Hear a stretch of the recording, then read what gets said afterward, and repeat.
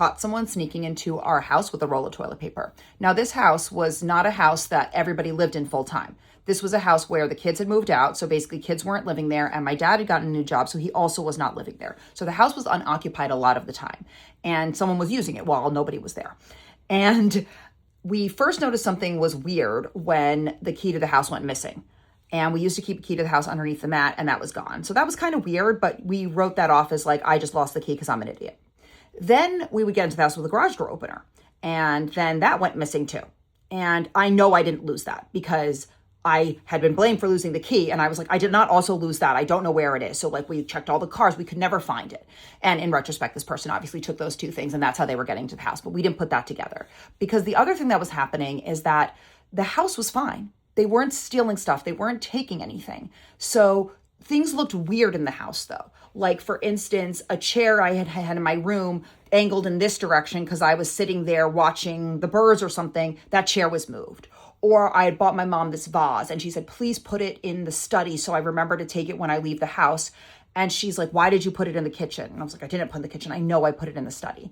And then my parents obviously noticed more things that were off in the house. Like they noticed that there one time a vase was broken. One time they noticed that the milk was gone. And they could have sworn they bought milk. But these are all little things that you can write off as like, oh, like I just forgot. Like everything I remember being off was just like, yeah, you didn't have that chair there. Like you must have put the vase in the dining room. Like everything was easily dismissed.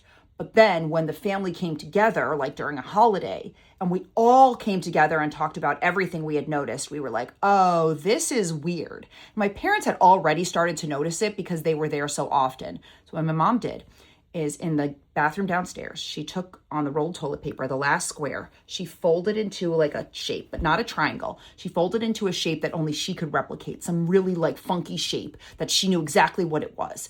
And they left. And when they came back, the square was gone. So she called the police. The police come by and they're like, someone's using our house. And they're like, do you have video evidence? And my parents are like, no, we have this toilet paper thing we did. And she said the police officer actually thought it was very clever. And so they talked to the neighbors, and the neighbors say that they had actually seen a car coming by and parking at the house for hours at a time, and it would leave, and they assumed it was a landscaper or our handyman or someone that they knew because it was the same car all the time. So it seemed like that person lived there.